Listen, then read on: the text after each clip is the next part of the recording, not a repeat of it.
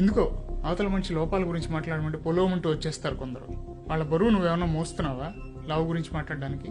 వాళ్ళ రంగు నువ్వేమన్నా మార్చగలవా కలర్ గురించి మాట్లాడడానికి? వాళ్ళ హైట్ నువ్వేమన్నా పెంచగలవా పొట్టి పొడుగుల గురించి మాట్లాడడానికి? వాళ్ళ కష్టాలు నువ్వేమన్నా తీరుస్తున్నావా వాళ్ళ ఆదాయాల గురించి మాట్లాడడానికి? వాళ్ళ పుట్టుక నువ్వేమన్నా మార్చగలవా కులాలు గోత్రాల గురించి మాట్లాడడానికి? కాదు, నీకు వాళ్ళ గురించి ఏం తెలుసని, ఎంతవరకు తెలుసని ఇంత మాట్లాడుతున్నావు, ఇంత జడ్జిమెంట్లు పాస్ చేస్తున్నావు? ఒకసారి నువ్వు ఎప్పుడన్నా అద్దం ముందు పోయావా? చూసుకున్నావా? నీలో ఏం లోపాలు లేవా కదా? మన దగ్గర అన్ని పెట్టుకుని పక్కన వాళ్ళ లోపాల గురించి అవసరం అంటావా?